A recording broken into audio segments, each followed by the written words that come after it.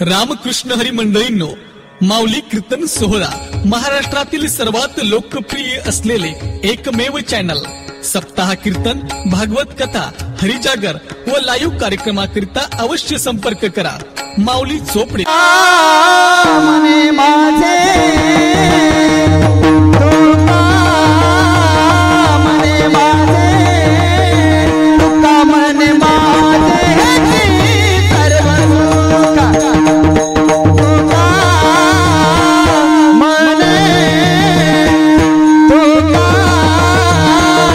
मने तुका मने माझे सर्व तुका मने माझे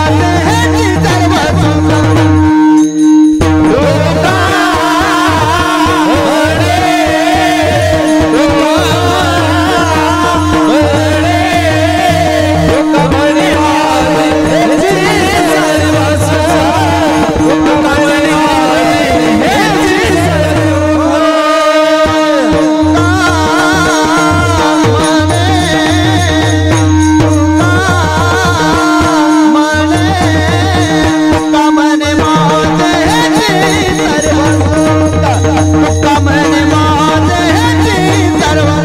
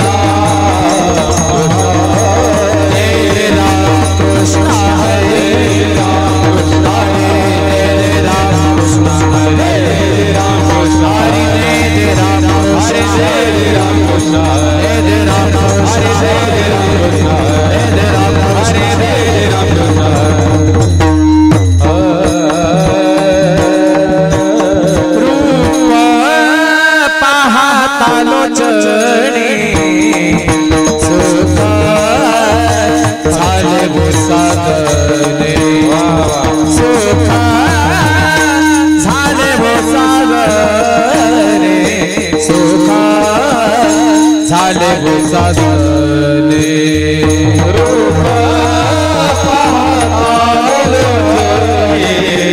सुख झाले वो साधने सुख झाले वो साधने सुख झाले वो साधने रूप पाहतालो चढणे सुख झाले वो साधने सुख झाले वो साधने सुख झाले वो साधने रूप पाहतालो चढणे सुख झाले वो साधने सुख झाले वो साधने सुख झाले वो साधने तो हा विठ्ठल परवा तो हा विठ्ठल परवा तो हा धर्म परवा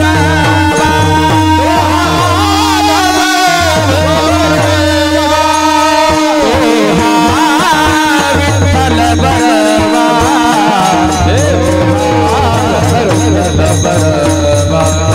तो हा विठ्ठल बरवा तो हा विठ्ठल बरवा तो हा विठ्ठल बरवा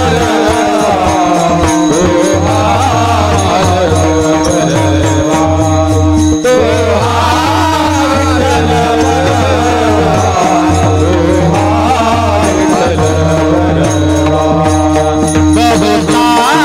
सुकृताची जोडी म्हणून विठ्ठल आवडे म्हणून विठ्ठल आवडे म्हणून विठ्ठल आवडे बहुधा सुकृताची जोडी म्हणून विठ्ठल आवडे म्हणून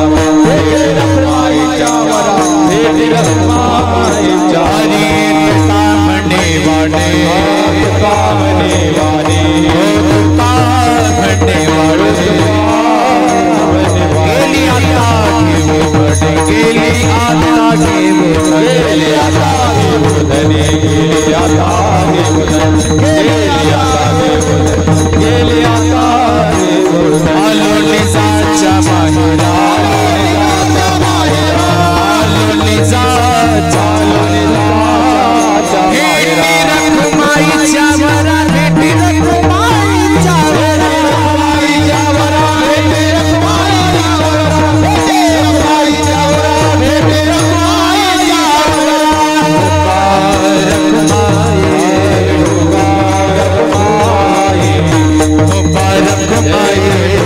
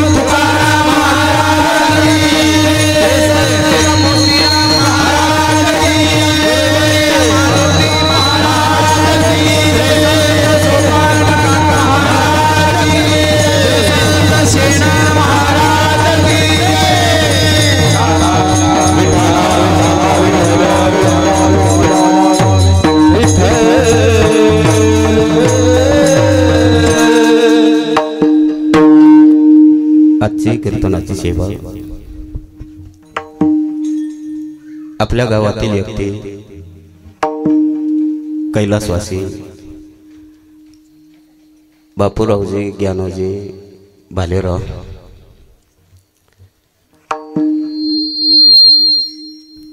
यांच्या गोड जेवणाने ते कोणचं कमी शिटी मारायले त्यालाच कमी करायला मोच कमी करायला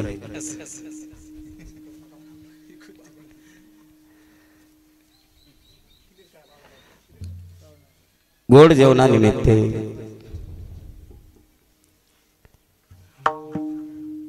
अन्नदान तथा नामसंकीर्तन या कार्यक्रमाचं आयोजन केलेलं आहे। या कार्यक्रमाचे आयोजक सोपानराव ज्ञानोजी भालेराव बरोबर आहे व बापूराव यांचे चिरंजीव ज्ञानोजीच काय सांगा नाव सांगा पटपट हा माझ्या माग नाव येतं ज्ञानोजी बापूराव भालेराव बालाजी बापूराव भालेराव गंगाधर बापूराव भालेराव तथा संपूर्ण त्यांचा परिवार भालेराव परिवार यांच्या वतीने हा कार्यक्रम आयोजन केलेला आहे। आता या कार्यक्रमाचं आयोजन 7 तारखेचंच होतं पण काही येथे आल्यामुळं अचानक रद्द झाला। परवालाच पुन्हा नियोजन झालेलं आहे आणि 4 ते 5 दिवस झालं मी दीपावळीचं घरी नाही कारण व्यावहारिक दृष्ट्या आम्ही असे करंट्या कपाळाचे आहोत। व्यवहारामध्ये घरचे हे नातेवाईक सोयरे दायरे कोणीही मला चांगलं म्हणत नाही कारण मी यायला भेटी देत नाही। दीपावळीच्या सणामध्ये उठणं लावायला घरी नाही बहीण चांगलं म्हणेल का मुलगी चांगलं म्हणेल पण त्याला आता नाईलाज आहे। गुरुवर्य मारुतराव महाराज तथा सोपान काका इसादकर यांनी हातात धरलेला आहे म्हणून कोणताही सण असो काही असो आम्हाला व्यावहारिक दृष्ट्या व्यवहाराला येळ देता येत नाही कारण पारमार्थिक प्रेम कारण ते माझे सोयरे सज्जन सांगाते आणि पाय आठविते इठोबाचे। पुन्हा या कार्यक्रमाचं नियोजन झालं बालाजी काळे यांचा फोन आला म्हणले पुन्हा कार्यक्रम ठरलाय आणि 25 तारखेला करायचा आहे म्हणलं काही हरकत नाही। रात्री मी अहमदपूरला होतो रातोरात घरी आलो आणि 9ला तर घर सोडले। खूप नियोजन चांगलं आहे। या कार्यक्रमाला मृदंगाचार्य आता पाठीमाग नाव हा असं सांगा ना पटपट मंगेश महाराज राऊत आता त्यांचेच बंधू आवळे जावळे आहेत का पाठीचे आहेत काहीच कळना झाले। दोघं दिसायला सारखेच ड्रेसानं सारखेच आणि हे खूप काही आईवडिलाची पुण्य आहे की एक गायक आणि एक वादक यालाही काही पूर्व पुण्य लागते। त्यांचेच बंधू गायनाचार्य यांचे बंधू मनोज महाराज राऊत दत्ता महाराज पारवेकर रामकिशन महाराज पारवेकर ढवळे महाराज तथा अनेक गावकरी मंडळी यांच्या मस्तक ही पायावरी वारकरी संतांच्या या वारकरी संतांच्या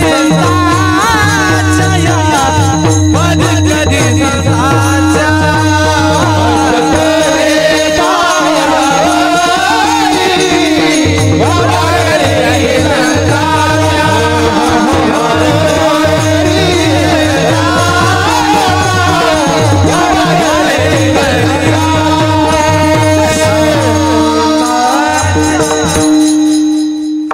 मस्तक हे पायावरी या वारकरी संताच्या प्रतिवर्षी पंढरपुरा जाते महाद्वारा हरी भेटे। त्या गोड जेवणानिमित्त कीर्तनाची सेवा माझ्याकडे आलेली ती सेवा आमच्या श्री संत मोतीराम महाराजांची सेवा आमच्या गुरुवर्य मारुतराव महाराजांची सेवा व आमच्या गुरुवर्य काकांची सेवा सेवेकरता जो हा अभंग निवडण्यात आला हा श्री संत श्रीमंत जगद्गुरु तुकाराम महाराज यांचा हा 4 चरणाचा अभंग सेवेकरता निवडण्यात आलेला आहे. शेवट तू भला, शेवट तू भला माझा बहु गोड झाला, आलो निजाच्या माहेरा भेटी रकुमाईच्या वरा, परिहार झाला अवघ्या दुःखाचा मागिला, आलो निजाच्या माहेरा भेटी रकुमाईच्या वरा, तुका मने वाणी गेली आता घेऊ धनी, आलो निजाच्या माहेरा भेटी रकुमाईच्या वरा. विठाला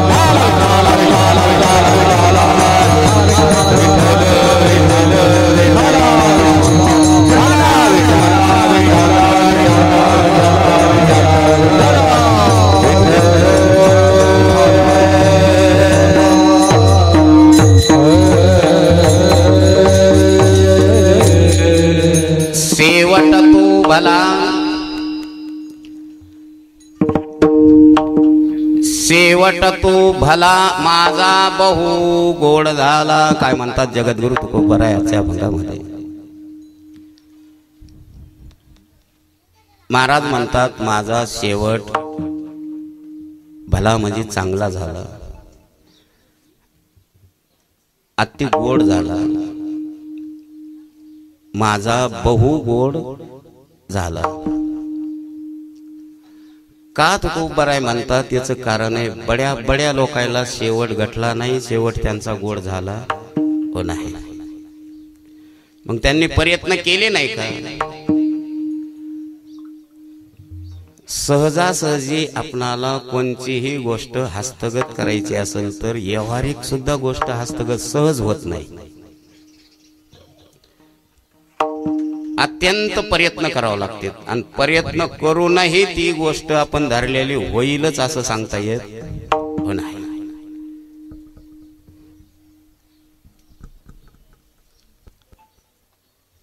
आता या अलीकड काळामध्ये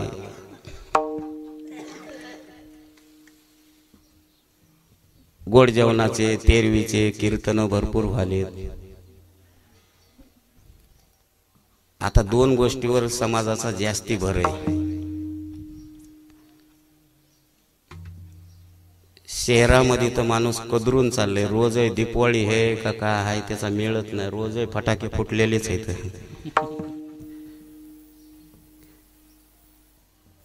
कारण ते एकूण एकाचं बघू बघू भेटायला बी नाही तर काय या जुन्या लोकांना कशाचा बर्थडे, कशाचे वाढदिवस. आता प्रत्येकाचाच वाढदिवस साजरा आहे. काही म्हाताऱ्याला बसता येईन खुर्चीवर, पोरं धरून बसायले, ते लुंडकायले म्हणा मी याच्यानं न ग म्हणू लागलो रे. पण पोरायचे हाऊस म्हणजे म्हाताराही खुश राहते आणि आपल्यालाही आनंद मिळत आहे फटाके फोडण्याचा. पण आता एक कालाचा ओघ आहे, आमचं बोलणं विरोधात दिसल, पण वाढदिवस ही आपली भारतीय संस्कृतीच नाहीये. वाढदिवस आपला नाहीच, आपला खूड दिवस आहे. कारण मी पाखंड्या महाराज नाही, मी ज्ञानोबराय तुकोबरायच्या भाषेत बोलणार आहे. मी काही टाइमपास म्हणून लोक हसविणे आणि काहीतरी लोक ऐकून फसवून काढणे याच्यातला महाराज नाहीये. किंवा मी अजून तुम्हाला सांगतो नात्यातला म्हणून मी तुम्हाला मोठेपणा देऊन जाईल असंही काही अपेक्षा हो. मागे एकदा सेना महाराजच्या पुण्यतिथीला आलती बघा ही टीम आपली, हे संपतराव सवने, मला वाटते गोविंद बी त्याच्यात होता काही, 5-25 जण आलते. मी त्याला पहिला शब्द केला, मी नातेवाईक म्हणून मला न्यायालय का महाराज म्हणून न्यायालय, नाही तर तुम्ही जर आपल्या जातीचं आहे आपलं नातेवाईक आहे म्हणून नेत असताल तर मी कोणाला सोडित नसतो. माझ्या रेंजमध्ये आल्यावर मी त्याला तासाडीत असतो. आपण उगत तोंडावर तोपडेपणा काहीतरी द्यायचा, मोठेपणा करायचा याच्यातला नाहीये. का नाही तर मी कोण्याही गावामध्ये केवढंही गाव असू द्या, कोण्याही जातीचं असू द्या, त्यानं मला पुन्हा बोलवा ही अपेक्षेनं जात नाही. त्यानं मला जास्ती पाकिटात पैसे भराव ही अपेक्षा ठेवत हो नाही. मी कुठलीही अपेक्षा अंतकरणात धरीत नाही म्हणून मी कोणालाच भेट नाही. विडाला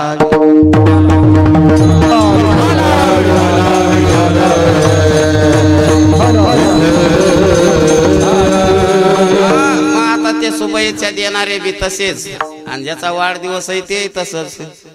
कोणाकोणाला शुभेच्छा द्यावा याचंही ज्ञान नाही, आणि आपणाला जन्मदिनाच्या शुभेच्छा.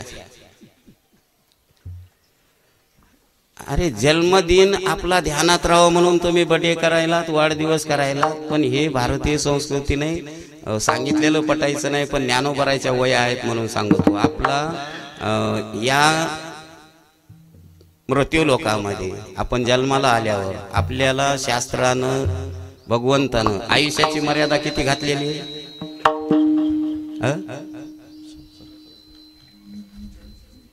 नाही ना. ते 40 मध्ये जाईल, कोणी 10 मध्ये जाईल, ते वेगळं झालं. पण आयुष्याची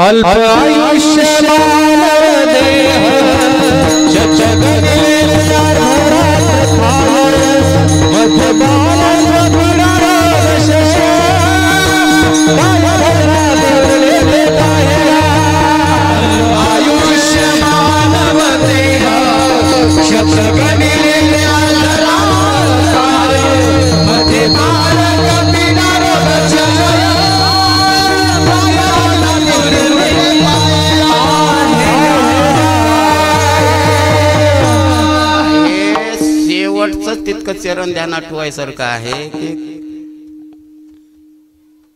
शेवटचं कोणचं काय भजन असे उरले ते पायगा. आता त्याचे गणित सांगितले तुकोबारायनं. अल्प आयुष्य मानव देह शत गणिले ते, म्हणजे 100 वर्षाचं आयुष्य दिलेलं आहे, पण अर्ध तर झोपीतच गेलं. आणि काही काहीला रात्र पुरण तर दिवसाही झोपत येत. मग आता यायचं किती राहील. शतगणिले ते अर्ध रात्र खाय, पुन्हा मध्ये बालत्व, पिढा, रोग, क्षय, आणि मग आता उरलंय काय, काय उरलंय ते भजनाशी पाहेगा. पण माणसाला भजनाला टाइम उरलेला नाही. आता हे जे कीर्तन व्हालेत का, हे बरेच जण म्हणतात स्वयंपाक होतो टाइमपास म्हणून ठुवा ना, मनोरंजन होते म्हणून आम्ही बी मनोरंजन म्हणून कीर्तन करायलो. भजने मनोरंजन. चला आपल्याला काय करायचे, 2 तास 11 किती वाजवायचे, 1 वाजवायचं आहे, 1 वाजतो. हे ठेवावं म्हणून ठेवायचं, ऐकावं म्हणून ऐकायचं. आमच्या काकानं मस्त बोलायचं बघा, हे उगा 1 वाजतो बसतात, तुला काय सांगायचंय ते सांग, आम्ही उग शांत बसतो. आणि जे इटल झालं की उठून फड झाडीतात इथंच, घेत व सांभाळून चालले. आणि मग वाटायला लागले की म्हणतात काय बोललं रे, बोलले नाही काय बोललं रे. दुसरा म्हणते अरे जाऊ दे त्याचा धंदाच आहे रे. याला काकाना म्हणजे हे कीर्तन हुटकी जात आहे म्हणजे. अरे ऐकावं म्हणून ऐकायचं नाही, टाइमपास म्हणून ऐकायचं. टाइमपास म्हणून परमार्थ नाही. मनोरंजना करता तमाशे असतात, उद्धारा करता कीर्तन भजन असते.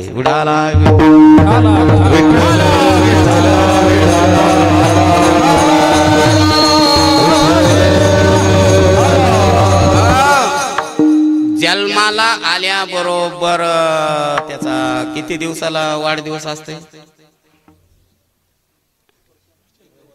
1 वर्षाला. आज 25 तारखेला जन्मल्यालं लेकरू, बरोबर त्याची तारीख बांधून ठेवायची 25 ऑक्टोबरच आहे 25 ऑक्टोबर आणि पुढच्या वर्षी 25 ऑक्टोबरला त्याचा वाढदिवस. आता 100तून त्याचं वर्ष कमी झालं का वाढलं आणि मग वाढदिवस काम करायले म्हणायले बी कमी झालं. आणि वाढदिवस कोणाचा आहे बरं? आता ह्या म्हाताऱ्यात ताकद जास्ती आहे का तुमच्यात आहे? याच्यात बळही जास्ती आहे आणि यायचं आयुष्य बी जास्ती आहे. आता त्याचं 100तून बाबा तुमचं 75 झालं असेल, 77 झाले, 93 गण झाले ना, 75 झाले तरी बजाले की आपल्याला फुकट एसटी आहे काय. 93 झाले आणि तुम्हाला 50 झाले. मग आता 93 जास्ती का 50 जास्ती? 93. 100तून 93 गेले, खाली किती राहिले? 100तून 93 गेले, खाली राहिले 7. आणि यायचे 100तून 50 गेले, खाली राहिले 50. मग 7 जास्ती का 50 जास्ती? मग आता त्याईनं यायच्या पाया पडावं का याईनं त्याच्या पडावं? आणि हेच उलट आहे आपलं. ज्याचं आयुष्य कमी झालंय, ज्याची ताकद कमी झालंय, त्याला वडील म्हणतात आणि त्याच्याच पाया पडतात. पण ज्याचं आयुष्य जास्ती राहिलंय ते वडील आहे, आयुष्य संपत आलंय ते लहान आहे. पण ज्ञानोपरायण असं वर्णन केलंय. या मृत्यू लोकातला सगळा वापरच उलटा आहे. आता कीर्तन सुटल्यावर एकूण एकाला चला घाला बरं पायात चप्पल, घाला बरं पायात बुटाड. आता मला सांगा, पायात बुट आहे का बुटात पाय आहे? आणि म्हणता काय पाय फाडून घालायचं का? सगळं बोलणं उरपाट, आपलं वागणं उरपाट. आहा कटकटा ओ कटे ये मृत्यू लोकीचे उपराटे. अर्जुना येत जरी आवचटे, जन्मला से तू तरी झडझडून वहिला निघ. ये भक्तीची या वाटे लाग, जेने पावसे अव्यंग निज धाम माझे विठाला.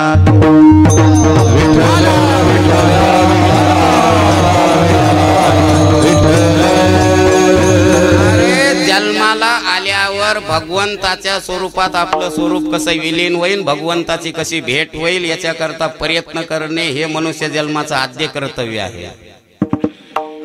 मरणासी कारे नाही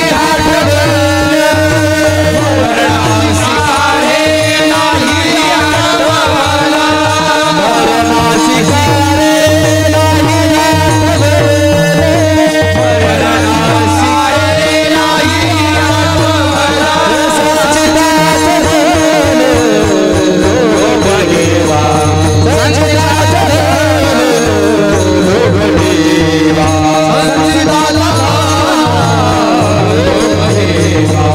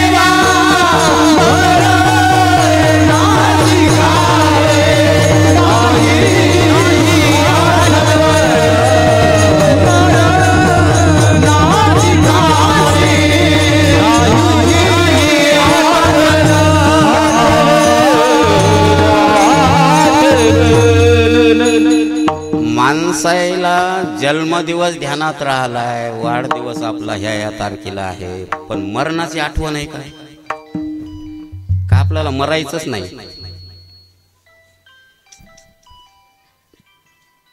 प्रत्येकालाच माहित आहे आपण जन्माला आलो त्या दिवशीच मरण संगच घेऊन आलो. उपजल्या पिंडा मरण सांगा. जन्माला आलो त्या दिवशीच मरण घेऊन आलो.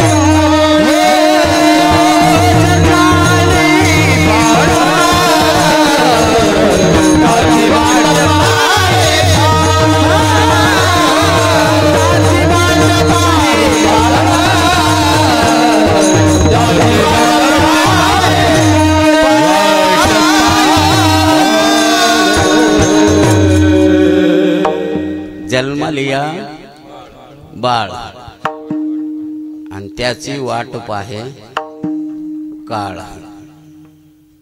घडी घडी काळ वाट याची पाहे. आणि अजूनही किती आहे अवकाश. तेच ज्ञानोबराय वर्णन करतात.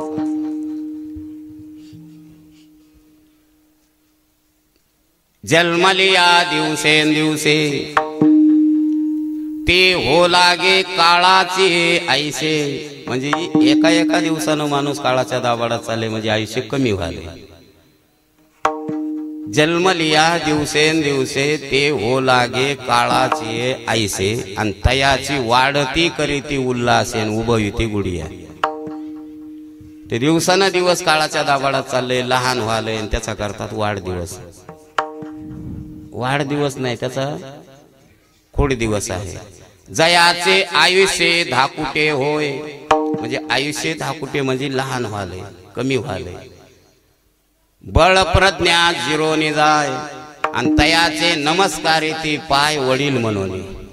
या मृत्यू लोकातला असा उरफाटा कारभार आहे. नाही तर तुम्हाला सांगतो, माणसं दुःखी नाहीतच म्हणण्यापेक्षा सांगू का, जन्मताच माणसं देवच आहेत. पण माणसं दुःखाच्या खड्ड्यात पडण्याला एकच कारण आहे, मरण डोळ्यापुढे आपण ठेवलेलं नाही म्हणून. नाही तर प्रत्येकानं मरण डोळ्यापुढे ठेवून जर जगलं ना, त्याच्या जीवनात दुःखच नाही. आपल्याला दुःख याच आहे की शेजाऱ्याचं दुसऱ्याचं जाऊ द्या, भाऊ भावाला उग 1 इंच जागा सोडित नाही. जमलं तर टकुरे फोडतील.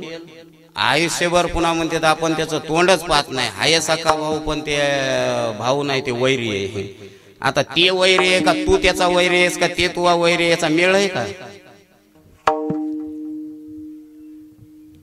बर, प्रत्येकानंच आपल्या ह्या शेताच्या धुऱ्याबद्दल भांडण्यापेक्षा घर बांधायचंय तर फुटभर अर्धा फूट जागा भावाला सोडित नाही. जर सोडली फुटभर समजा त्याचं भर होत असेल तर काय बिघडायले का?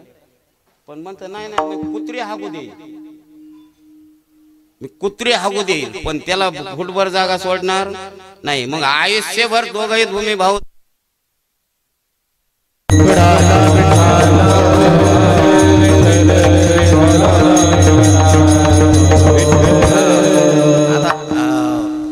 मी ते जवळच आहे काही की चल द्या. मी तुमच्यातलाच आहे. मी सांगायलो म्हणलं म्हणजे काय मी इतक्या लय उच्च कोटीवर एवढ्या चौथ्या टप्प्यावर पाय टाकलाय असं नाही. पण कमीत कमी जरा पारमार्थिक माणसानं तरी थोडं तरी आपण उच्चार करायलो याचा जाणून पाय टाकी जावं. पण बऱ्याच महाराज लोकांचे बी भावासंग भांडणं आहेत. आता यायचे भांडणं नाहीत म्हणून हे म्हणायले आणि हे वाजवायले. नाही तर यायचे जर भांडणं असते ना तर हे मनोज म्हणला असता वाजवायला कोण आहे, मग वाजवायला मंगेश आहे. नाही आपण त्याचं तोंड पाहत नाही. आता त्याचं तोंड पाहत नाही म्हणल्यावर ऐकणारा का गप बसताय का? मंगेश आम्हाला तुम्हाला बोलवायचं होतं, मग आता तुमचाच भाऊ म्हणला ते असल्यावर मी येत नाही. मग म्हणजे त्याच्या मायला आता दोघांची माय एकच आहे की रे. हे दुःखाचं मूळ आहे. म्हणून ठिकठिकाणी सोप्या भाषेत आपल्याला साधू संतांनी वेदाचा अर्थ करून दाखविलेला आहे, मराठीतून सांगितलेले. खरं सांगा आपण प्रत्येक जन्माला आलो. कोणी म्हणते आपण 2 प्लॉट घेतले, 10 एकर जमीन घेतली, काहीच नव्हतं बापाच्या राज्यात, मी कमीलं एवढं, मी करीत राहते. खरं सांगा आपली जागा किती आहे? आपली जागा काटकर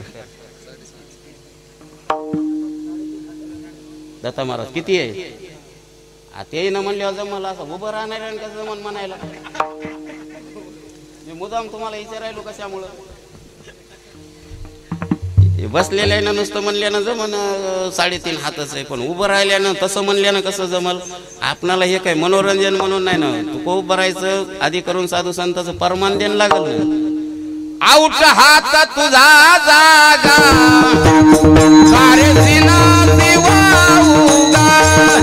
हरी कार्य सिना शिवा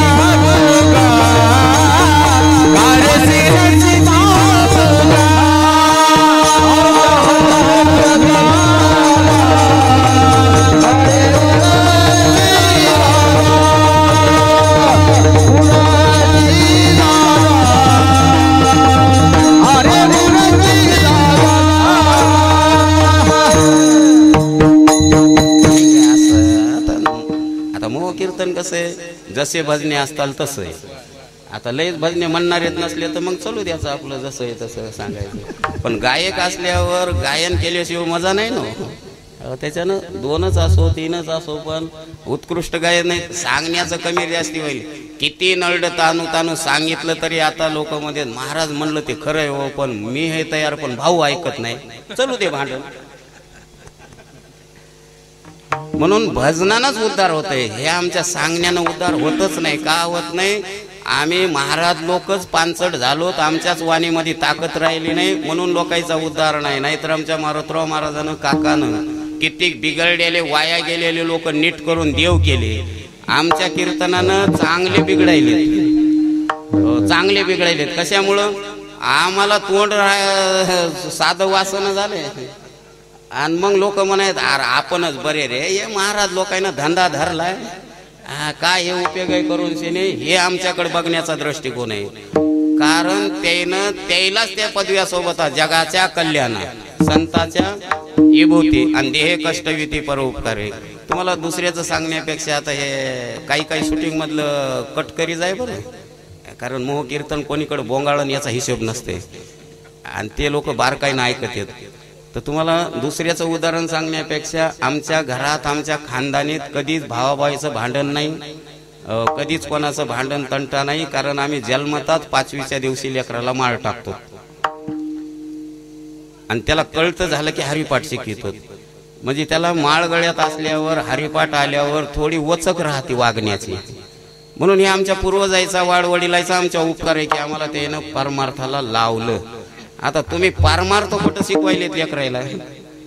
तुम्ही कार्टून दाखवायलेत त्याला.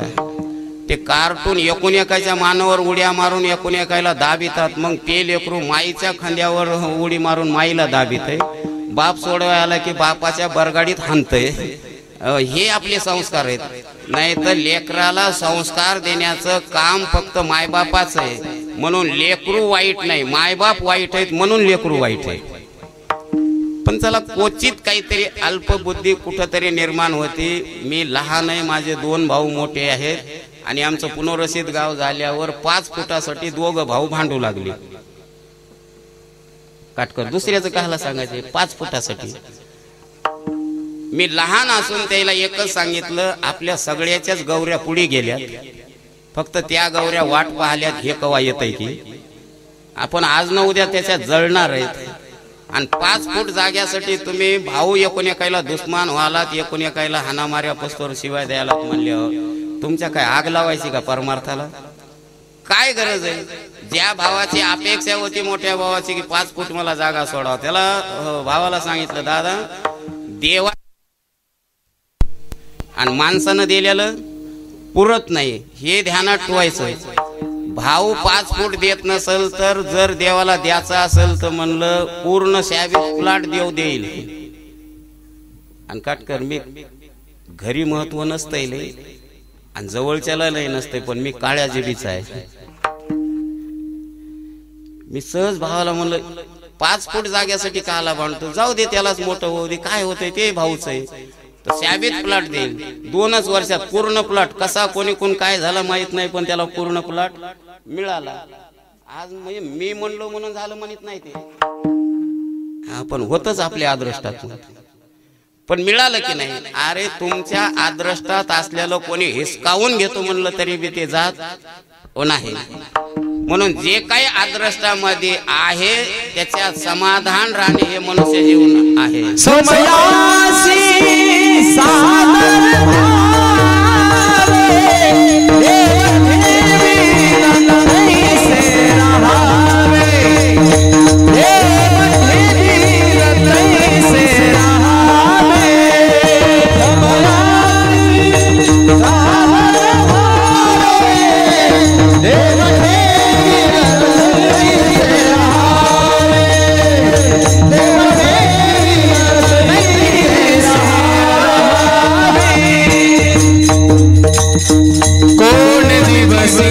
सोने हाथीवरा कौन दिवसी पालन सुबेरा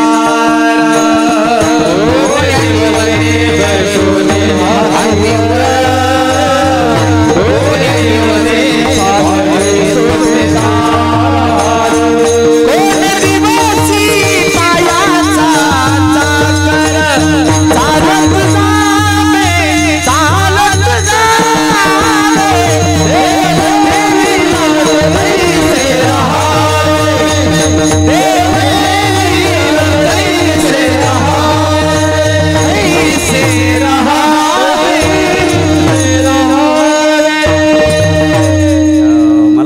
सावता महाराजाचा अभंग आहे काय की हे, आता मला म्हणता येत नाही ते. समयासी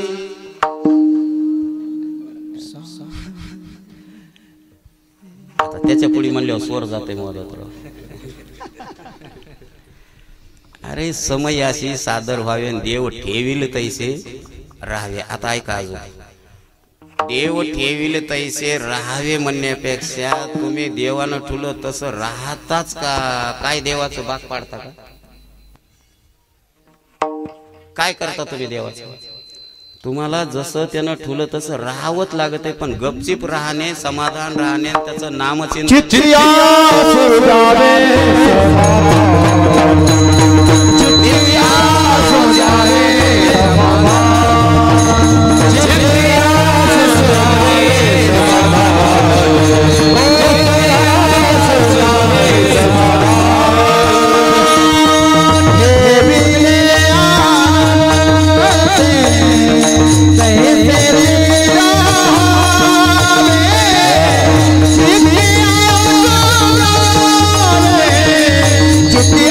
Yeah.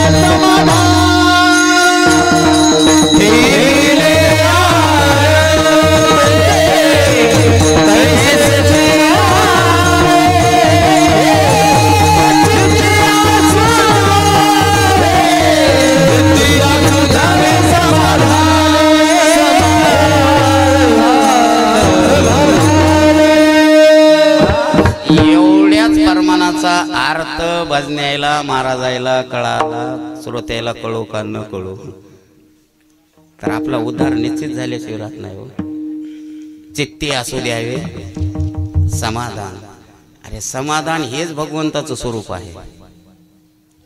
समाधान हेच भगवंताचं स्वरूप आहे. म्हणून समाधान राहावं आणि दिलंय देवानं आयुष्य तेवढं आनंदानं घालावं. तुम्ही आम्ही खेळीमेळी गदारोळी आनंदी खेळीमेळीच्या वातावरणात घरात बी राहिलं पाहिजे. समाजात बाहेर बी खेळीमेळीमध्ये जीवन जगायचं असतंय. तर याच्यावर आमच्या मारुतराव महाराजानं सोप्या भाषेत कीर्तन सांग जाव. माणसानं मड गुरु करी जाव. तुम्ही गुरु पाहतात भलतात, त्याला दाढी असावं, जटा असाव्या, महाराज असावं, थाटातला असावं, त्याला गुरु करून घेतात.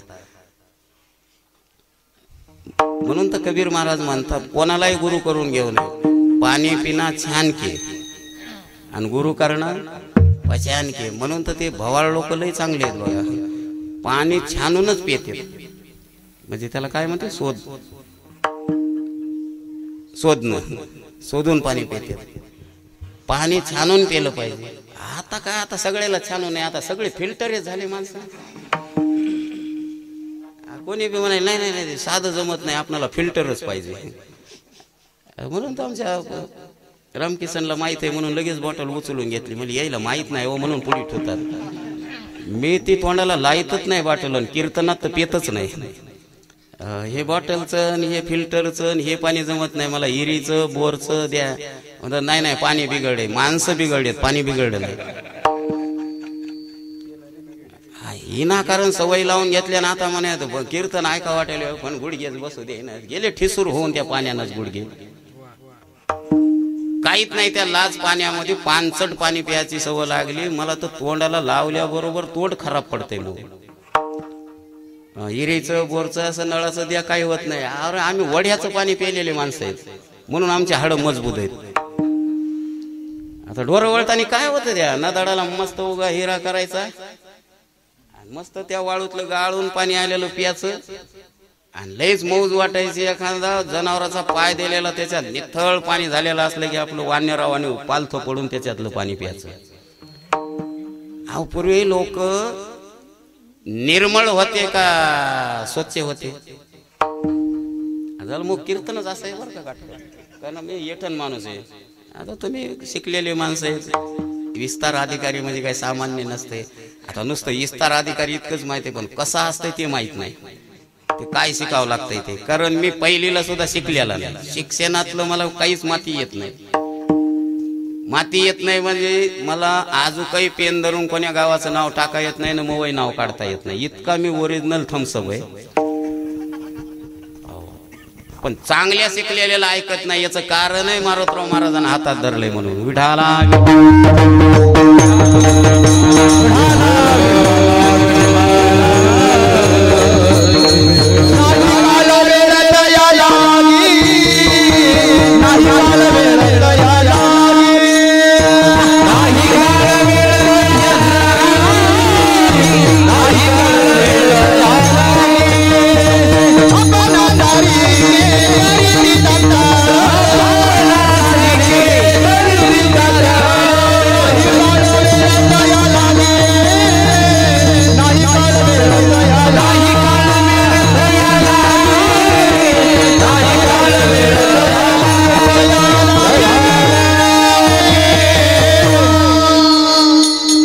करीती तात्काळ नाही काळ येळ तया लागे.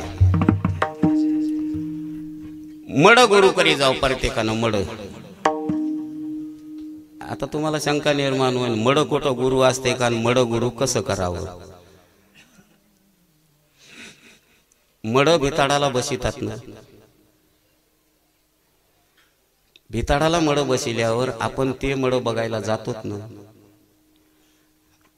आपण जिवंत माणसानं त्या मड्याकडे बघायचं आणि ती मड्याची लक्षणं जिवंतपणे आपल्या अंगाला लावून घ्यायची. जिवंतपणे मड्याची लक्षणं बांधून घ्यायची. माणूस जिवंतपणेच मुक्त आहे. मेल्यावर त्याचा शेवट नाही. माणूस होतं मेला गड्या माणूस झाला त्याचा शेवट. मेल्यावर शेवट नाही. ज्ञानोबराय म्हणतात जन्म मरण कुंठित करणे त्याचा शेवट आहे. मेल्यावर शेवट असता तर पुन्हा जन्माला आलं नसतं. पण उपज येते नासे, नासील येते पुनरपी दिसेन, हे घटिका यंत्र जैसे परिवर्तन. आज मरायचंय तर उद्या जन्मायचंय. आज मरायचंय तुका म्हणे एका मरण्याची सरे, आणि उत्तमाची उरे कीर्ती मागे याचं नाव आहे शेवट. विढाला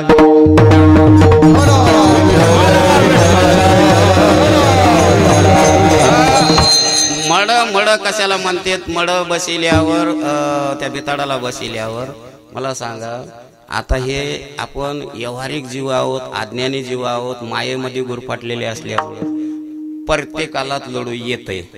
आणि काही माणसाला लढू येत नसलं तरी लढावं लागतंय. खरंय का कुठे का? लढू येत नसलं तरी लढावं लागतंय. पाणी येत नसलं तरी डोळ्याला उपरणं लावावं लागतंय आणि जोर जोऱ्यानं फुंदक्या द्यावा लागत. हे उगे तोंडावून पोत्र फिरविणारे लोक आहेत रे. पण त्या मड्याकडे बघायचं आणि त्याची लक्षणं बघायची. मड कशाला म्हणते? बिताडाला का बसित येत? त्याच्यातलं शरीरातलं काय गेलं? आत्मा गेला, चैतन्य गेलं. तुम्ही आता त्याचं चैतन्य गेल्यावर, त्याचं शरीर बिताडाला बसल्यावर त्याच्या पुढे किती डोकं आपटू लढा, त्याला काही वाटतंय का? बर कोणचं तरी मड असं म्हणलंय का गड्या आता 2 घंटे झालं तुम्ही लढायला, एकदा चहा प्यानं म्हणतंय का ते? आणि म्हणत नाही म्हणून तुम्ही पेतात, ते म्हणल्यावर खरंच पेताल का? आता पुरुषापेक्षा महिलेला लढू जास्ती जवळ असते. गावात आल्याबरोबर बहीण असेल, लेक असेल, जोरात आरडत येते, माय बाबा मला तुम्ही बोलल्याशिवाय जात नव्हता, मला तुम्ही किती जीव लाईत होतात, आता एकदा मला बोला की. ते बोलते का? बोलत नाही. आणि तिनं लईच टाव पडल्यावर त्या मड्यानं म्हणावं बाई आता एवढं लढू नको, आता उग मला वाटायला लय लढू नको. खरंच लढल का बाई? लेक असू द्या कोणी असू द्या, ते काही म्हणत नाही म्हणून लढतात आणि म्हणून जवळ बसतात. मला इतकाच मुद्दा सांगायचा आहे, ते का तुम्हाला म्हणत नाही? त्याच्यातला काय गेला तर त्याच्यातला मोह गेला. त्याच्यातला मोह गेला. आता त्याला कोणाविषयीच मोह राहिला नाही, त्याचं नाव मड. दुसरी गोष्ट, ते भिताडाला बसविल्यावर त्याच्या जवळ मांडीला मांडी लावून स्वर्गातली अप्सराय बसू द्या, किती सुंदर स्त्री त्याच्या मांडीला मांडी लावून बसू द्या, ते तिच्याकडे डोळा उघडून सुद्धा बघत नाही. का बघत नाही? त्याच्यातलं काय गेलं? त्याच्यातला काम गेला. काम वासना गेली म्हणजे कोणावर वाईट नजर होत नाही. किती सुंदर स्त्री त्याच्या जवळ बसू द्या, त्याची वाईट नजर होत नाही, म्हणजे त्याच्यातला काम गेला. लक्षात ठेवा, काय गेलं? पहिला मोह, दुसरा काम गेलं. त्या मड्याच्या जवळ मांडीवर तुम्ही किती आता हिरव्या नोटा टाका, पारव्या टाका, हे पारवच आहे की? तुम्ही किती रुपयाचे बंडल टाका, ते त्याच्याकडे बघत आहे का? त्याला त्या पैशाचं काही वाटत नाही. का वाटत नाही? काय गेलं त्याच्यातलं? शरीरातलं लोभ गेला. त्याला कशाचा लोभ राहिला नाही. दुसरा मुद्दा, आयुष्यभर दोघांचं भांडण होतं आणि ते मड बसिल्याला होतं का? ते काही केल्यानं याला ऐकत नव्हतं, पण याच्या मनातला क्रोधच जायना गेला की आता तरी गौसल का नाही, आता काय करणार आहे, आता त्याची बघतोच म्हणून त्यानं गपचीप असा खिशात चाकून याला. आणि आता मड्याला कोणला तू येऊ नको म्हणता येत नाही, दुश्मन असला त्याला. ते जवळ गेला, मांडीला मांडी लावली, जोरात आडला, म्हणला काय दुश्मना आयुष्यभर मला सळीलस रे, आता तोही बघतो म्हणून त्याच्या मांडीत चाकू हाणला. कोणाच्या? मड्याच्या. आता चाकू हाणल्यावर त्याला राग यावं की नाही? आता मला सांगा, मला नुसतं मागून तुम्ही ओढून बघा बरं राग येतो. आता मी कीर्तन करायलो म्हणून तुम्ही नुसतं मागून ओरड्या बरोबर हे अहो जरा पलीकडे महाराज सरका म्हणलं तरी राग येते का नाही? पण सरका म्हणलेला राग आल्यावर अजून याच्या अंगी ती स्थिती बांधली हो नाही. चाकू हाणला तरी ते मळ रागावत नाही. याचं कारण आहे त्याच्यातला क्रोध गेला, मोह गेला, काम गेला, लोभ गेला आणि क्रोध गेला. अवघे आनंदाचे सृष्टी झाले, अवघे आनंदाचे हरी सृष्टी झाले, अवघे आनंदाचे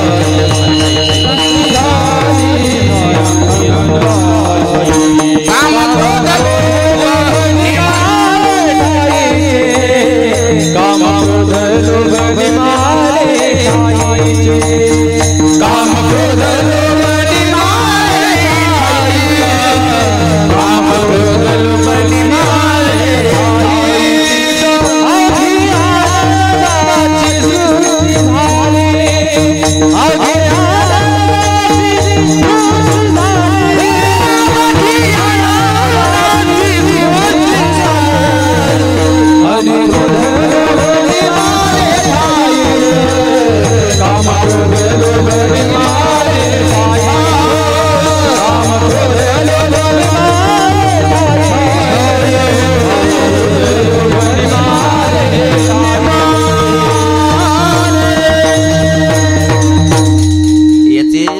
कलिया शेंद कडूपन गेले आणि तैसे आम्हा केले पांडुरंगे.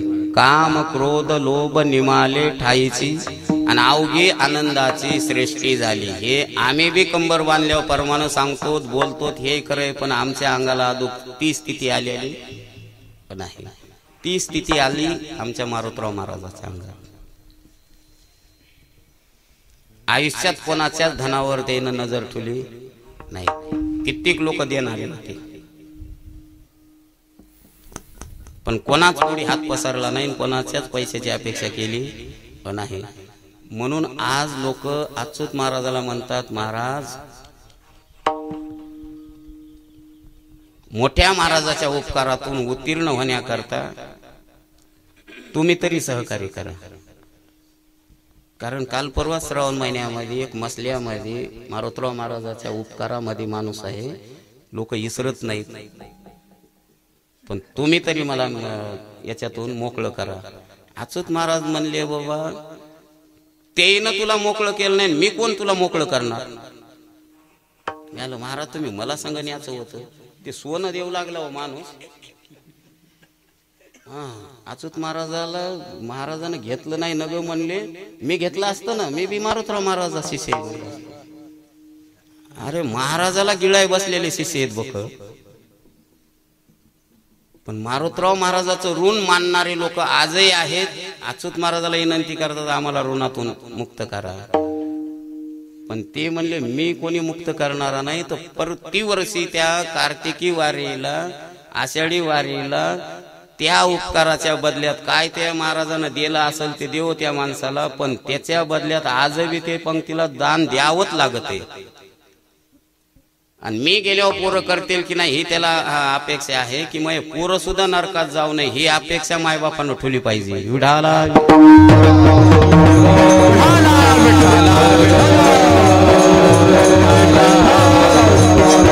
आता मुद्द्यावर येतो. का तुकोबाराय म्हणतात माझा शेवट गोड झाला, याचं कारण सांगतो. ही स्थिती तुकोबारायच्या अंगाला बांधली. तुकोबारायला भंडाऱ्या डोंगरावर लोकांना स्त्री पैसे देऊन वाट लावली, पण तिला हात लावला नाही. जाई व तू माते न करी सायास, आम्ही विष्णुदास तैसे न हो. का न का त्या बाईला वाईट नजरानं पाहितलं नाही महाराजानं. महाराजाच्या शरीरातला काम गेला. महाराजाला मंबाजी बुवानं कुपाटीनं मारलं नाही ते त्रास दिला, पण मला त्रास दिलाय म्हणून सेने त्यानं असा उच्चार सुद्धा केला नाही, म्हणजे त्याच्या क्रोध सुद्धा व्यक्त केला नाही. म्हणजे महाराजाचा क्रोध गेला, काम गेला. आणि लोभ म्हणतात तर छत्रपती शिवाजी राजा सारख्यानं नजराना वाट लावा.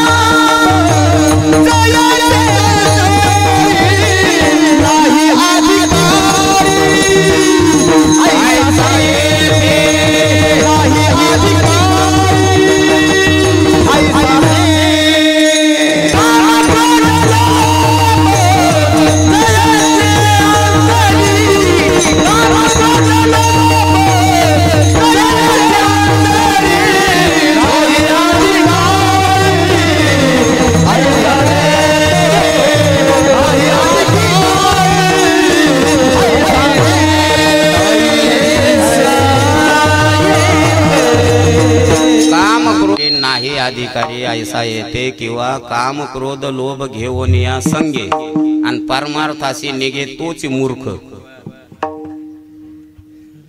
छत्रपती शिवाजी राजानं नजराना वाट लावला. तू खूप बरा म्हणले काय दिला ठेवा आणि आम्हा इठलचे आवा. ते नजराना परत केला. परत केल्यावर छत्रपती शिवाजी राजाला अपमान वाटला. कारण देणारा देत आहे घेणारा झेरकाळी ते घेत नाही. तर देणाराचा अपमान आहे का न घेणाराचा? देणाराचा अपमान आहे. परत केला नजराना.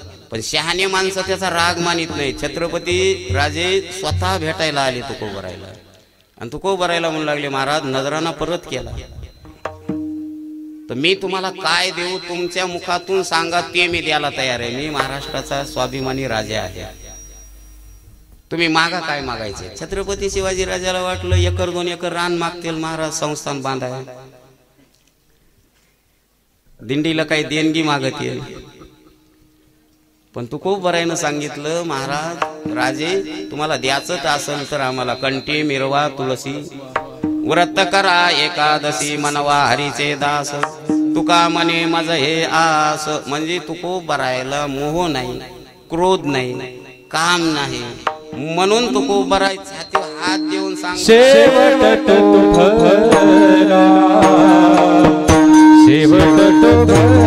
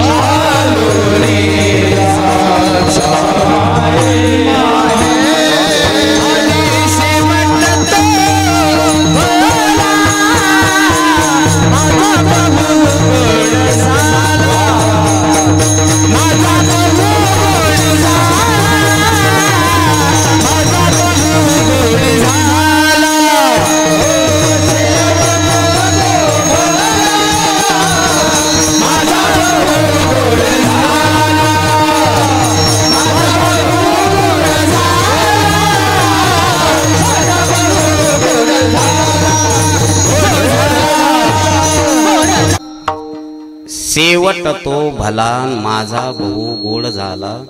तर हे शब्द हे अभंग वाचले की आपण शेवट इतकाच अर्थ धरतो की माणसाचा मेला म्हणजे झाला शेवट. मेल्यावर शेवट नाही जिवंतपणी माणसाचा शेवट आहे. म्हणजे आता मी जे सांगितलं हे इकार शरीरातले जाणं म्हणजे त्याचं नाव आहे शेवट. आणि हे जर इकार नाही गेले तर माणूस मेला तरी त्याचा नाही शेवट. म्हणून तर बरेच माणसं मरून घरायला भूत होऊन बसलेत आणि त्याच घरच्याला मग सुखानं खाऊ देणं आणि कवा भाऊ आरडतात येऊ का तळे खाऊ देणं कारण वासना राहिली त्याच्यात आणि मग भूत होऊन बसले. म्हणून आहोत तोपर्यंत ह्या इकारावर मात करणे याचं नाव आहे शेवट. पण एवढं सोपं नाही. हे एक रांडमठी दाढ आहे. ह्या रांडनं बड्या बड्या लाड पाय घालून शनी मातीत घातलंय. ही आमच्या मारुतराव महाराजाची भाषा आहे. नाही तर आता लोक म्हणायचे काय म्हणायचं, बाया म्हणायचे माय रांडच म्हणू लागलं.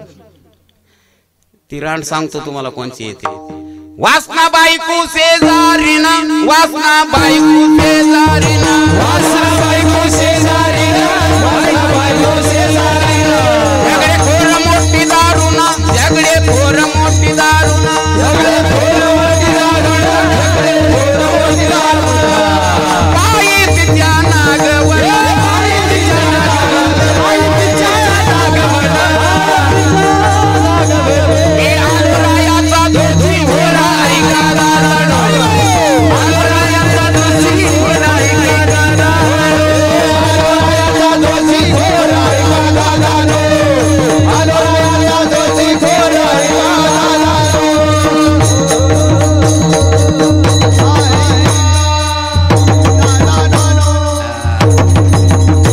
या रांडनं बड्या वासना बायको शेजारी, झगडे खोर मोठी दारून, पायी तिच्या नागवन. घर बुडविसी मी आलो रायाचा जोशीन हो रायका. अ दादा ही वासना इतकी खराब आहे. म्हणून तर नामदेव रायानं आपल्या मनालाच उपदेश केलेला असं एक प्रकरण आहे गाठ्यामध्ये, मनास उपदेश म्हणून. तर त्याच्यात मनाला असा उपदेश केलेला आहे नामदेव रायानं.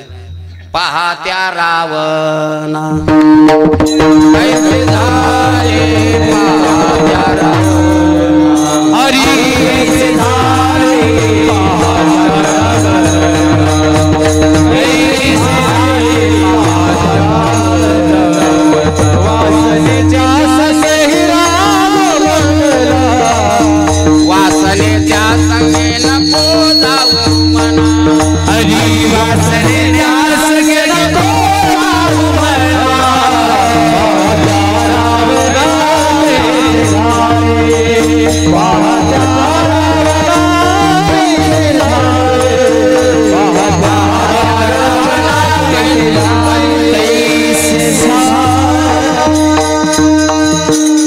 वासनेच्या संगे नको जाऊ मना, पहा त्या रावणा कैसे झाले. रावण हे सामान्य नव्हता. चारी वेदाचं खंड विखंड करणारा रावण ब्रह्मदेवाचा वंशज येतो. भगवान शंकराचा निस्सिम भक्त आहे. मग एवढी भक्ती असून, एवढं ज्ञान असून शिने तोंडात माती जाऊ जाऊ का मेला, याचं कारण आहे तिला वासना आवरली नाही. वाईट वासना झाली, होऊ नाही तिथंच वासना झाली. जगत माता सीताई साहेबावतीची वासना गेली. म्हणून वासना ही सांभाळणं एवढी सोपी नाही. पण तुकोबरायनं तिला आळा घातला, ताब्यात घेतली वासना. म्हणून तुकोबराय छाती ठोक सांगतात की माझा निश्चित आज गोड शेवट झाला. शेवट तो भला माझा बहु गोड झाला. नाही तर या वासनेनं चांगल्या चांगल्याला, तुमच्या तर आमच्या काही ध्यानीच गोष्टी नाहीत हो काकानं, म्हणजे हे तुम्हा आम्हाला काहीच नाही, हे आपल्या ध्यानातच नाही तर गोष्टी. याला उदाहरण काकानं द्या जावं. येड्या पोरीला माहेर आहे सारखं, सासर आहे सारखं. येडी पोरगी असल्यावर तिला म्हणा बाईने तुला नांदायला जायचं, ही ही ही. आता नांदायला जायचं म्हणलं ही ही ही करायचं जमते. नवऱ्याच्या इथं किती जरी सुख असलं तर पोरीनं माय वाट लावाय आल्यावर लडू जरी नाही आलं तर फुसफुस तर करावं की नाही. नुसतं हसायचं नाही ही ही ही. तसं आता बऱ्याच लोकायला या बापूरावच्या गोड जेवणानिमित्त कीर्तन ठेवले ही ही ही. पुन्हा फोन करून विचारते झालं का नाही बरं कीर्तन, नाही झालं अजून हे हे थांबा गावाच्या बाहेर.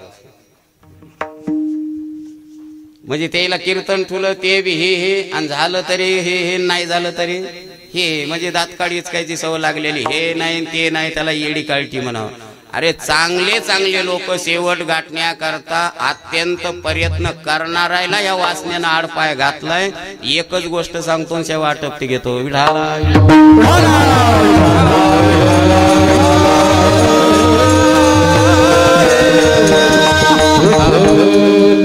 गोष्ट थोडी लांबलचक आहे आणि आपलं टाइम 10 मिनिटं उरलेत नाही.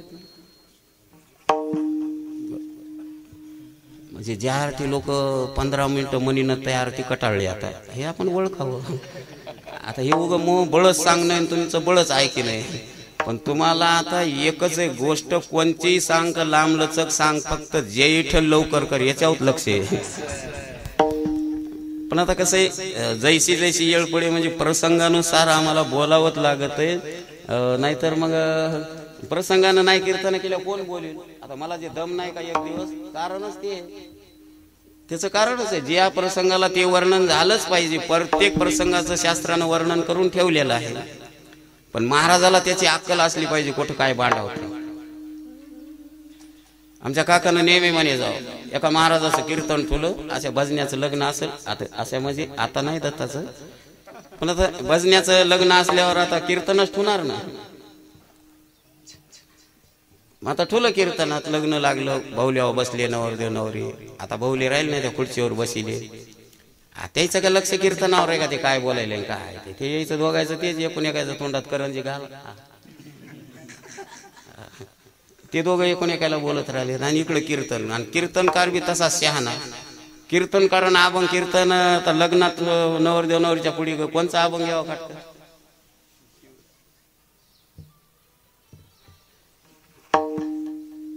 पण महाराज होता मायासारखा येड रताळे, त्यानं अभंग घेतला, जाळोने संसार बैसलो अंग.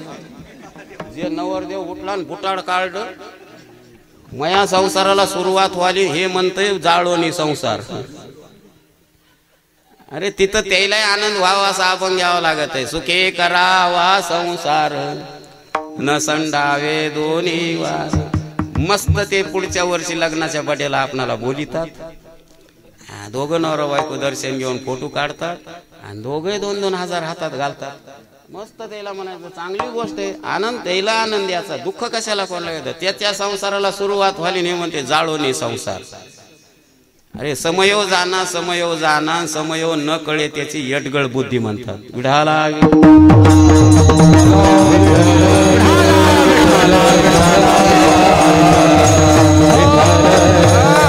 चांगल्या चांगल्या तपस्वी लोकांचा शेवट गोड ह्या वासनेनं होऊ दिला नाही. याच्याबद्दल गोष्ट थोड्या धावत्या जगात सांगतो. एक मुलगी जन्मताच मूळ नक्षत्रावर जन्मली. ते नक्षत्राचा गुन्हा असते, लेकराचा नाही.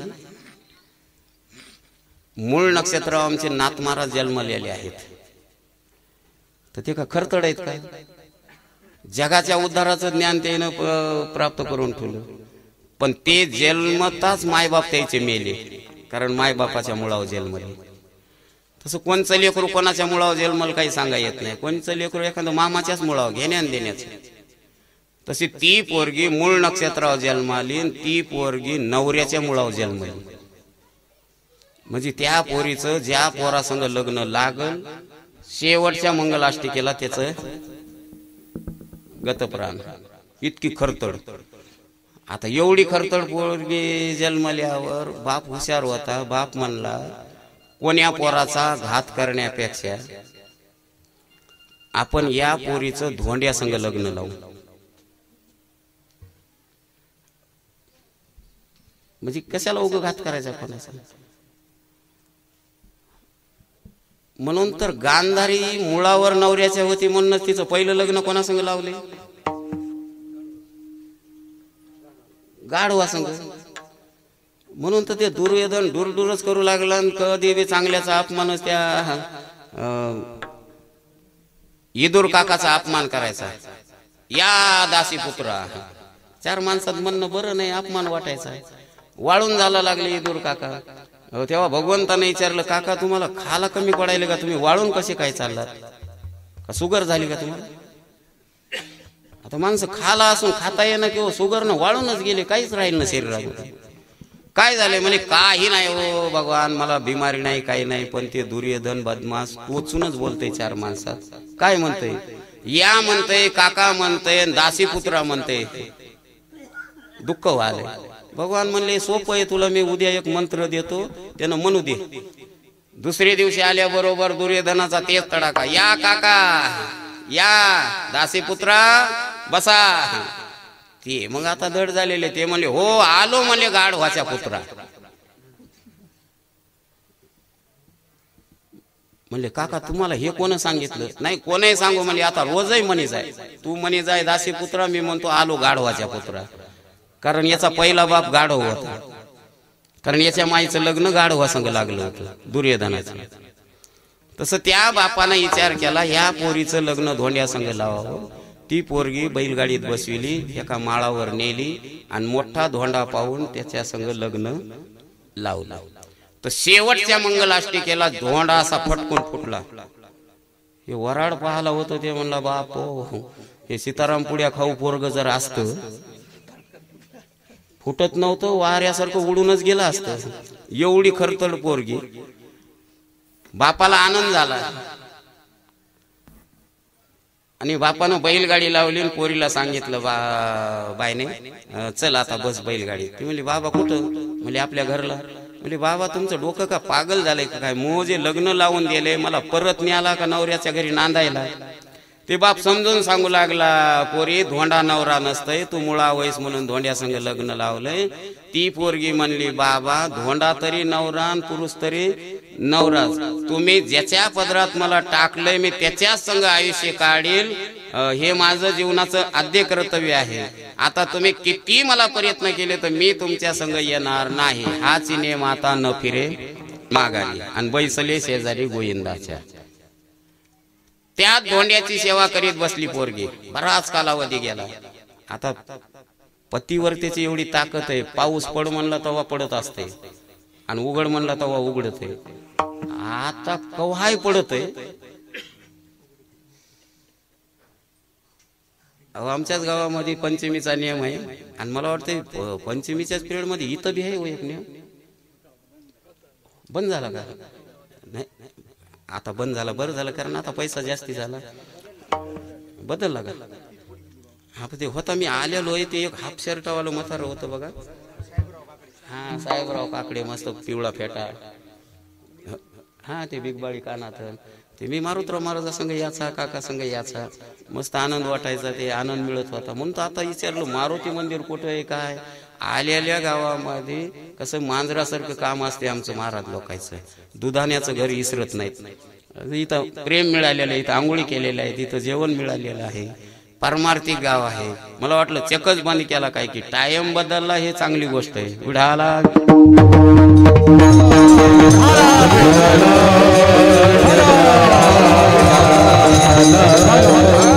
त्याच नवऱ्याची सेवा करायची, नित्य त्याचं दर्शन घ्यायचं, पूजा करायची आणि त्याच माळावर राहायची. एक झोपडं गवताचं लाकडाचं केलं आणि त्यात नवऱ्याची सेवा रात्रंदिवस. एवढी ताकद आली त्या पोरीमध्ये.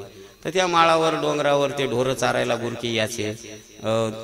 ह्या पोरीला माय माय म्हणायचे आणि त्या बी मायेनं यायलाच लेकरं समजून प्रेम लावलं. माय लेकराचं प्रेम जुटलं. शेवटचा काल आला त्या पोरीचा ऐका आणि अंगाला ताप आला. थोडं किंचित लपलपी कमी करावं. अंगाला ताप आला आणि पोरगी धरणीला पडली. ती बाई 8 वाजता गुराखी ढोर घेऊन आले तर माय पांघरून झोपलेली. दररोज माय 4ला उठायची, सडा समर्जन करायची. आज का उठली नाही? पोरायनं आवाज दिला, आई माय.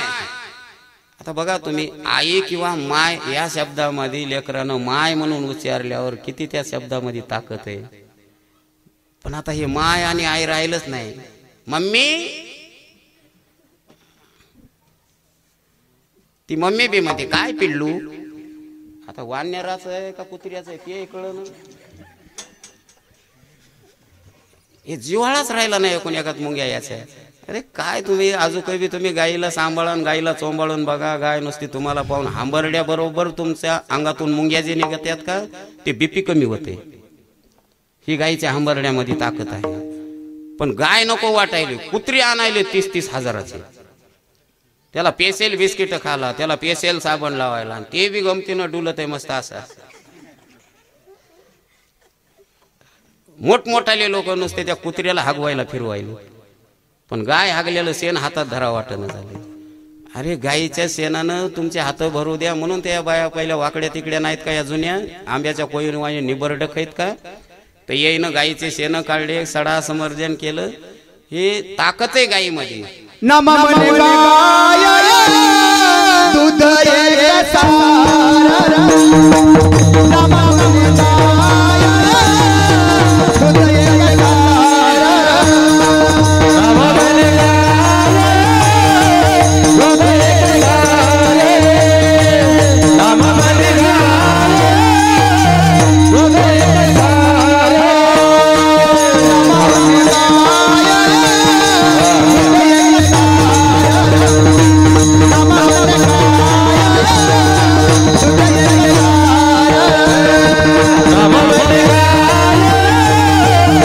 एक सार नम मन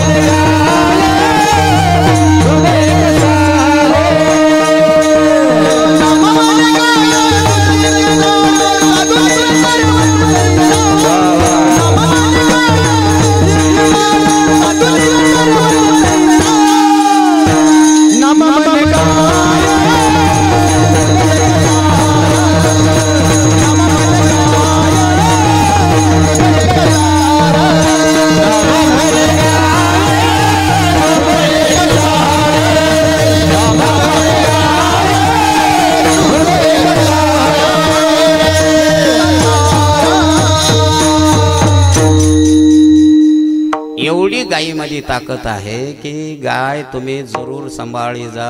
आता लय सांभाळणं होईना, एक न सांभाळाय काय झालं कोणला बी.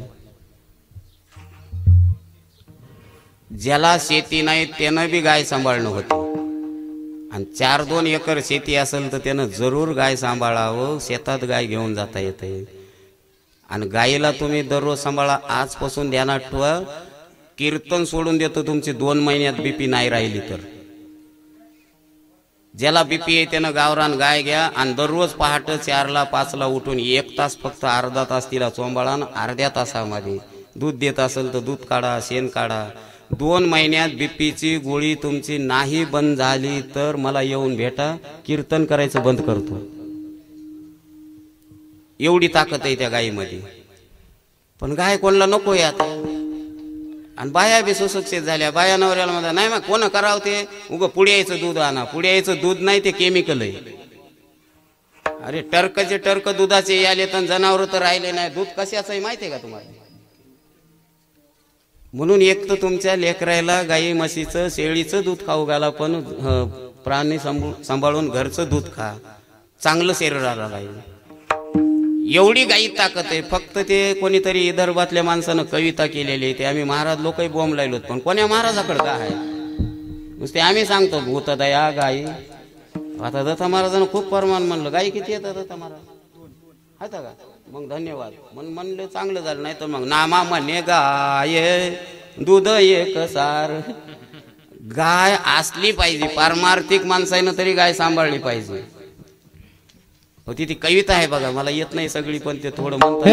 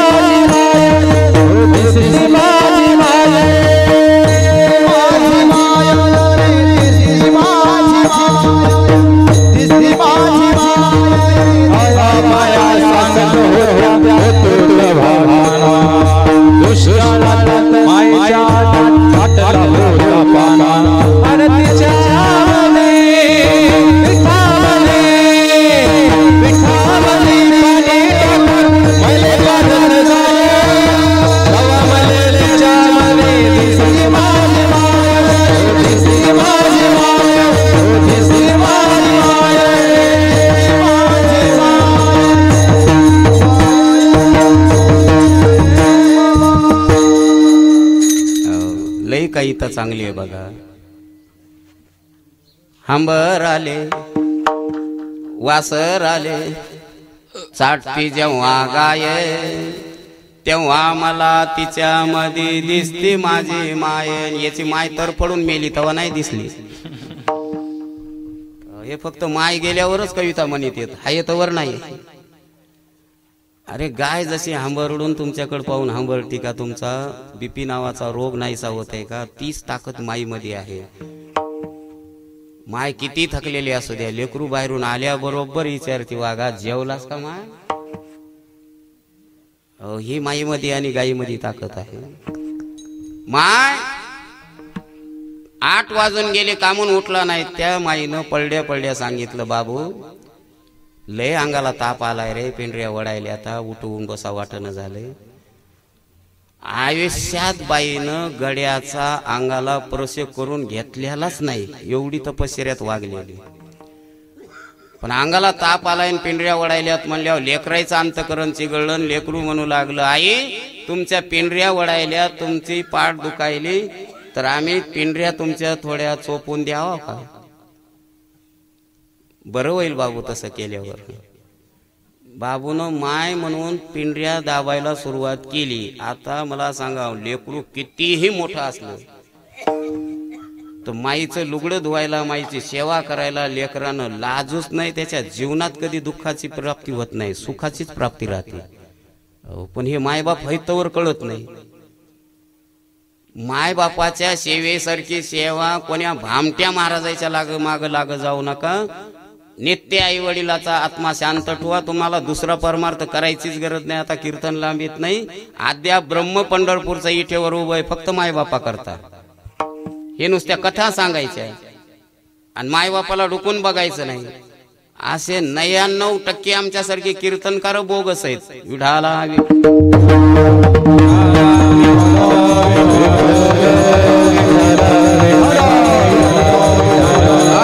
लेकराईनं माईची पेंढरी दाबायला सुरुवात केल्यावर त्या बाईचा अंतकाळ येणं आणि इतकेच उद्गार निघून गेले मनातले मनात, काय माय गड्याचा हात नरम असतय, म्हणून देई सर्जन होणं. आता बाई देव होणार, एवढी अधिकारी बाई. पण गंमत अशी झाली, जन्म मरणाच्या खड्ड्यात पडली, पण अशा ठिकाणी जन्माला गेली ती कळवातनीच्या पोटाला गेली. वेश्या. आता कळवातनीचे संस्कार, येशेच्या घरचे संस्कार दुसरे कोणचे असणार आहे? तर ते बारीक चंचीचे घुंगर पायात बांधणं, त्या चंचीच्या घुंगरानं ते चुन चुन त्या पोरीनं असं पळायचं. पण त्या गावामध्ये एक मठपती महाराज होता, ते त्रिकाळ ज्ञानी होता. त्यानं या पोरीला पाहितल्या बरोबर ओळखीलं, ही महान अधिकारी होती. पण हिला वासनेनं घाला घातला, हिनं धोका खाल्ला. बरं गपचीप बसावं की नाही? महाराजाला बी खाणं गपचीप बसू देत नाही ना. उगच याचं काही काढ, त्याचं काही काढ. त्या पोरीला पाहितल्यावर त्या महाराजांना म्हणायचं, रंडी भूल जाय.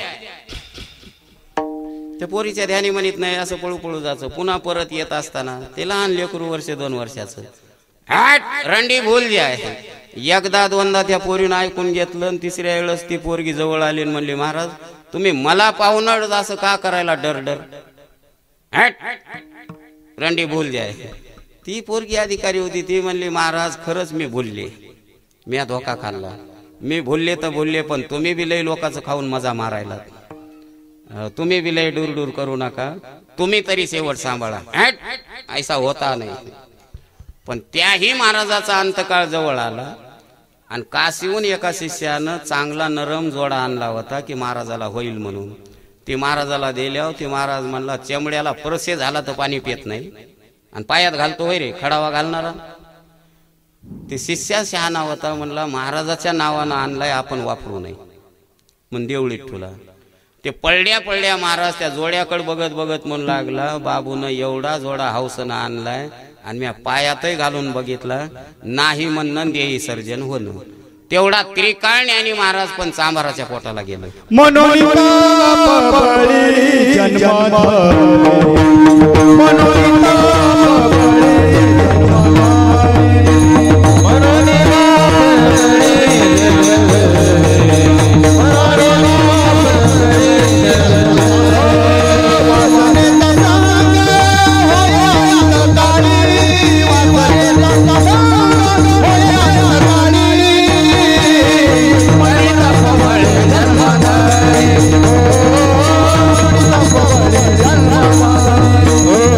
Oh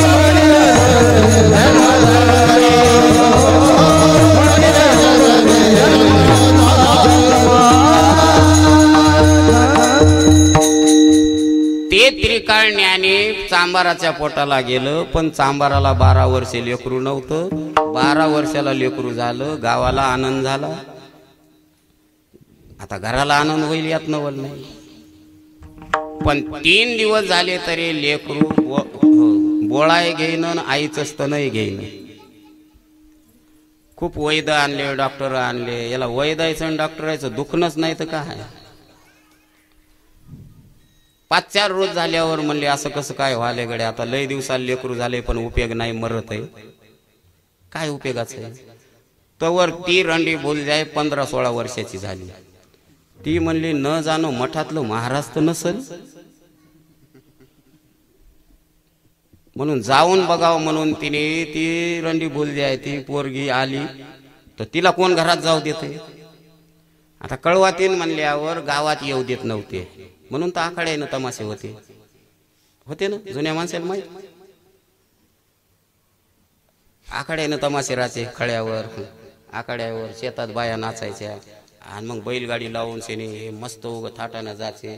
तेव्हा मोतीराम महाराजांना म्हणे जावं म्हणून, अरे बैल मारीत तुम्हाला तमाशा बघायला जायची गरज नाही, तुमच्या घराईनच बाया नाचणार आहे. तेव्हा लोकांना म्हणायचे मारवाडी काही म्हणत आहे, हे तुम्हाला काय माहित होतं त्याला पुढचं कळत आहे म्हणून. आता कोणाच्या घरात बाया नाचणार. आता उठल्या रामपाऱ्यामध्ये बटन दाबलं टीव्हीमध्ये की बस त्याच वाकड्या तिकड्या बाया परदेशी. त्या हिट घ्यायचे फोटो बघावं. ते बाया कोणाच्या घरानं गथय न्यारीन तमाशा संता घरी. आता तिला कोणी गावात येऊ देन, घरात जाऊ देन. पण काही लोक शहाणे असतात, अहो तिचा का जीव नाही का बघू द्या ना म्हणले. जाऊन जाऊ द्या म्हणल्यावर ती गेली बाया तुडवीतच. मधात गेल्यावर ती बी तिरकाळण्यानी होती. तिनं पाहितलं म्हणली हे मठातलंच आहे, पण आता म्हणता येत नाही. ती हुशार होती. तिनं सांगितलं या लेकराला मी 1 घंट्यात आईचं स्तन घ्यायला लायते. ते मायबापानं पाय धरले, बाई कीर्तन लांबलं तर लांबलं, पण तेवढं काम करा की आम्ही तुमची बोळवण करू. ती म्हणली मी बोळवण करायची काही गरज नाही, फक्त मो काम आहे, मी याला आईचं स्तन घ्यायला लायते. पण एक आठ आहे. म्हणली काय आहे. ह्या सगळ्या बाया घराच्या बाहेर काढा. त्या बाया म्हणल्या माय आपण उगाच इळ घातला इथं. आता त्या माय बापानं हात जोडले, दुखाची माय येडे मावल्या हो, राग येऊ द्या पण तुम्ही आपल्या घरी जा बरं. त्या गेल्या बाया सगळ्या. बाळातीन सुद्धा घराच्या बाहेर काढा. ती बाळातीन बाहेर निघालं, नका ग माय हिची काय विश्वास आहे, माझ्या लेकराचं नरड दाबील. मग आता तुम्हाला लेकराला स्तन लावायचा असेल तर ती ऐकावत लागल. बाळातनीलाही बाहेर काढलं आणि दार लावून घेतलं त्या कळवातनीनं. आणि ती काय आता मानाचे हात खाली घालायली का मांडीचे हात खाली घालायली. तिला पक्क माहित आहे मरत नाही, याची मान पडत नाही, काहीच नाही. तिनं दंडाला धरलं ना असं उचललं आणि दणकून मांडीवर आदळलं. त्यानं ओळखीलं ही माय नव. ही माय असं उचलीत नसती. 3-4 दिवसाचं लेकरू दंडाला धरती, मान खाली हात घालते. ही माय नव आहे कोण म्हणून त्यानं मांडीवर पडल्या पड्या डोळे उघडले तर म्हणला रंडी भोलजी आहे. मै 5 गत बघाय आली की रे बापा इथं. आणि पुन्हा डोळे झाकले. त्या पोरीनं उपदेश केला, काय महाराज लय दुसऱ्याच्या खोड्या काढू लागलात, लय दुसऱ्यालाच असं तसं म्हणू लागला, तुम्ही कसा धोका खाल्ला. आता हे पहा खाल्ला तर खाल्ला धोका, पण आता एक माझं ऐका, तुम्ही झिरपून मरत आल तर आत्महत्येचं पाप लागल तुम्हाला. आणि आत्महत्या करून जो मरतय का तो चंद्र सूर्य तोपर्यंत नरकात पचत आहे. म्हणून तुम्ही आता एवढा जन्म चांबाराच्या कुळात खुशाल काढा, परमार्थ काढा आणि पुढचा जन्म पुन्हा ब्राह्मणाचा घ्या. पण आता आईचं स्तन घ्या. सोयसीमान हालीली काही हरकत नाही. खाली ठुलं कळवातीन बाई राहिली, जाऊ द्या म्हणली आता बाळात नेला. मधात बाई आल्याबरोबर तिनं एक हात मान खाली घातला आणि एक हात मांडी खाली घातल्यावर आदर उचलल्यावर त्यानं ओळखीलं ही मात मायच आहे. तिनं आता छातीला लावल्याबरोबर भुके जाऊन गेलेलं 5-6 दिवसाचा. आता नाही का भुका लागल्या 1 वाजून गेलाय. एक आता मर्यादा आहे का कवर आहे सांगण्याची, पण मला ते आदेश आलाय तिकून ज्ञानोजीचा की थोडं जरासं लांब व्हा, म्हणून मी लांब व्हायलो. नाही तर मी लोकांचे चेहरे पाहिले की ओळखीत असतो. कोणाला दुःख देऊन कीर्तन करण्यात अर्थ काय हो. म्हणून तर आमच्या अच्युत महाराजाचं लय कीर्तन शॉर्ट बट शीट, 1 तासात जिकडे तिकडे सगळेच लोक खुश, भजने खुश, वाजणार खुश, ऐकणार तर लयच खुश. हा हे ठुलय का जरासं का आपलं थोडं घंटाभर थोडे परी नेरे, पण आम्हाला सवय लागलेली काका संग लांब व्हायची आणि त्याच्यात लोक म्हणतात थोडं लांब व्हा, नाही ऐकावं तर म्हणायचं आपलं म्हणून बोलिलं आणि भलतंच ह्याकाळ पुदाने निघालं. अरे वासनेचा संग होय अंतकाळीन तरी तपोबळी जन्मधरी. मला मुद्दा का सांगायचा आहे, ते सामान्य लोक नाहीत. आज कोणतीही बाई देवाच्या बरोबरीला दर्शन अगोदर तिचं आहे का कोणाचं आहे? मी सांगायलो तिचं दर्शन आहे कळवातलीचं. तिचं नाव आहे कानोपात्रा.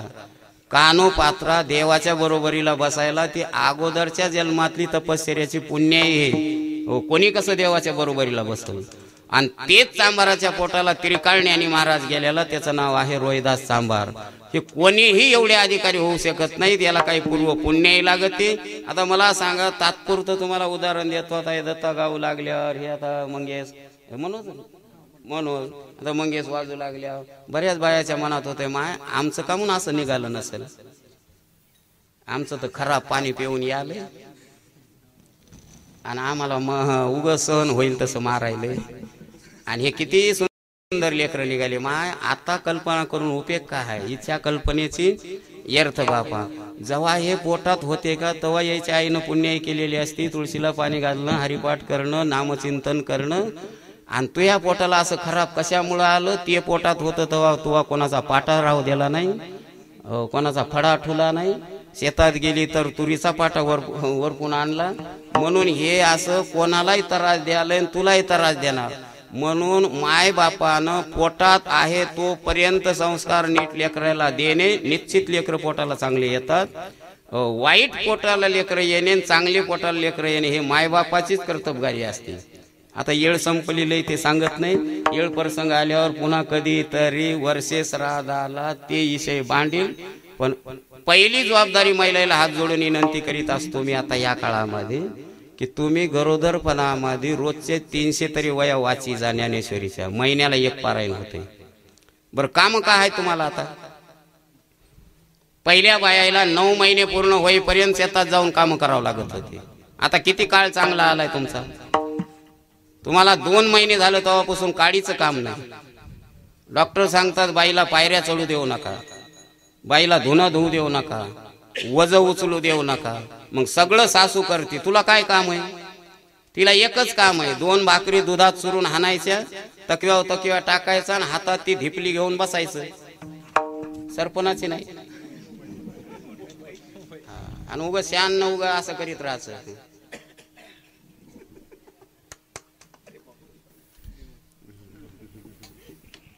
मग आता टीव्ही लावल्यावर का ती काय भागवत ऐकती, त्याच्यावर का कीर्तन ऐकती, वा त्याच्यावर लावायची चित्रहार मनोरंजन. आता हिनं 7 महिने चित्रहार पाहिल्यावर पोटातलं चित्र वरातीत नाही तर कुठं नाचलो? मग हे लेकर तुमचे वरातीत नाचायलेत का? हे गुन्हा तुमचा आहे. तुम्ही ते चित्रहार पाहितला. आणि याईच्या आईनं चित्रहार न पाहता हरिपाठ म्हणला, ज्ञानेश्वरी वाचिली म्हणून हे असे गुणवान निघाले. हे उग शिकाय ठेवले म्हणून माध्यम आहे. कोणाला वाटत नाही आपले लेकर भजने निघाव, पण वाईट निघाल्यावर वाटतंय. त्याच्यापेक्षा अगोदर सावध राहा आणि काय उरले ते भजनाशी पाहेगा. भजन म्हणजे टाळ वाजूनच नाही. अजून एक वही सांगतो जे इटल करतो, लक्षात ठेवा. भजन म्हणजे टाळ वाजून नाही. भजन या शब्दाची व्याख्या अशी आहे, कोण्याही जातीचा माणूस असो, स्त्री असो या पुरुष असो, कोण्याही संप्रदायाचा असो, कोणताही जीव असो, जर ते दुःखी असेल का त्याचं दुःख घालून सुखी कसं करता येईल हे जाणतो आणि त्याचं दुःख घालून सुखी करतो. त्याचं नाव आहे भजन. भलते याती भलत्या येवनी, भलते प्रकारे करुनी, सुख प्राणी मात्रा लागोनी, द्यावे अनुदिनी हेची भजन. विठोबार